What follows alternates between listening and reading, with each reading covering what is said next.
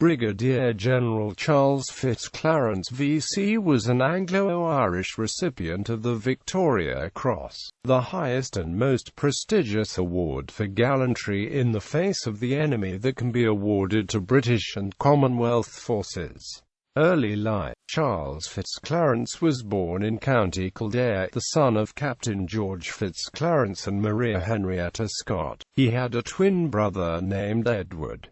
His paternal grandfather was the first Earl of Munster, an illegitimate son of William, Duke of Clarence. He joined the Royal Fusiliers in 1886, but his early career was blighted by several bouts of illness and he spent much of his time in administrative and staff roles. In 1899 he volunteered to serve as a special service officer at Mafeking, South Africa, and was given the duty of training a squadron of the Protectorate Regiment. The VC action. FitzClarence was 34 years old, and a captain in the Royal Fusiliers, British Army, during the Second Boer War, when the following deeds took place for which he was awarded the Victoria Cross. On the 14th of October 1899, Captain FitzClarence went with his squadron of the Protectorate Regiment, consisting of only partially trained men, who had never been in action, to the assistance of an armoured train which had gone out from Mafeking. The enemy were in greatly superior numbers, and the squadron was for a time surrounded, and it looked as if nothing could save them from being shot down. Captain FitzClarence, however, by his personal coolness and courage inspired the greatest confidence in his men, and, by his bold and efficient handling of them, not only succeeded in relieving the armoured train, but inflicted a heavy defeat on the Boers, who lost 50 killed and a large number wounded, his own losses being 2 killed and 15 wounded. The moral effect of this blow had a very important bearing on subsequent encounters with the Boers. On the 27th of October 1899, Captain FitzClarence led his squadron from Mafeking across the open, and made a night attack with the bayonet on one of the enemy's trench. A hand-to-hand fight took place in the trench, while a heavy fire was concentrated on it from the rear.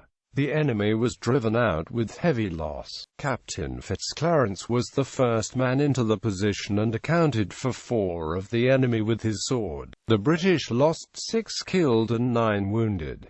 Captain FitzClarence was himself slightly wounded. With reference to these 2 actions, Major General Baden-Powell states that had this officer not shown an extraordinary spirit and fearlessness, the attacks would have been failures, and we should have suffered heavy loss both in men and prestige. On the 26th of December 1899, during the action at Gallantry, near Mafeking, Captain FitzClarence again distinguished himself by his coolness and courage, and was again wounded. His ferocity in battle earned him the enduring nickname, the Demon. He served in South Africa until February 1901, at which point he transferred to the newly formed Irish Guards. He passed Staff College in 1904 and succeeded to the command of the 1st Battalion Irish Guards in July 1909. He had a reputation as a forward-thinking soldier and took an innovative, albeit demanding, approach to training.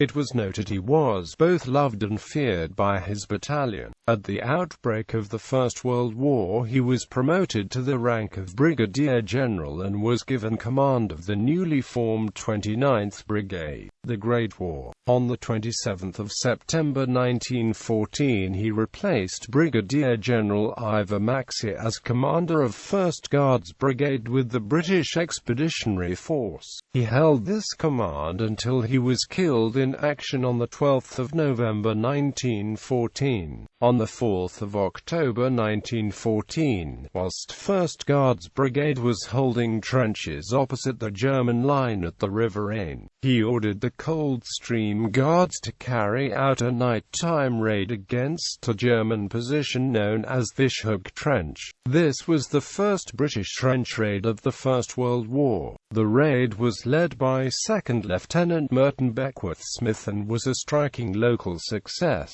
In October, FitzClarence had played a significant part in the First Battle of Ypres. Captain Valentine Williams, MC, writing in Blackwood's magazine, described the action at Gallivelt thus: "The Coldstream and Scots Guards battalions of FitzClarence's brigade, in trenches north of Gallivelt, suffered terribly in a German attack, delivered in a dense mist on the morning of the 27th along the Menin Road. The odds against the British were crushing, for on that day some 24,000 Germans were arrayed against about 5,000 exhausted British troops. In 2 days the Scots Guards lost 10 officers and 370 men killed and wounded. But the result of the day's fighting was that the British line stood firm and unbroken, while the Germans had sustained enormous losses." Sir John French, in his dispatch published on the 30th of November 1914, described the fighting at this time as